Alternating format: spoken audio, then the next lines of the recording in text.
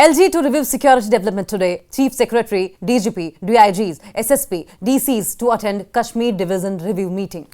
Lieutenant Governor Manoj Sinha will chair a high-level meeting to review both the developmental and security scenarios in the Kashmir Division.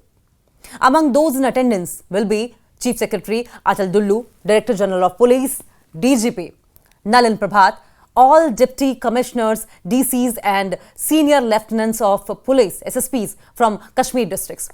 Also present will be Home Secretary Chandrakar Bharti, Special DGP Coordination, Police Headquarters Syed Jawed Mujtaba Gilani, Additional Director General of Police Nitish Kumar, Vidhi Kumar Bedi, Divisional Commissioner Kashmir, Inspector General of Police Kashmir Anshul Garg and DIGs of all three ranges.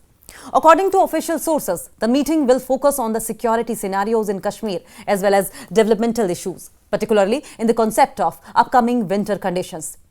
DGP Nalin Prabhat will brief the LG on the prevailing security situation in the Kashmir division and outline the steps being taken to dismantle the terror ecosystem in the valley.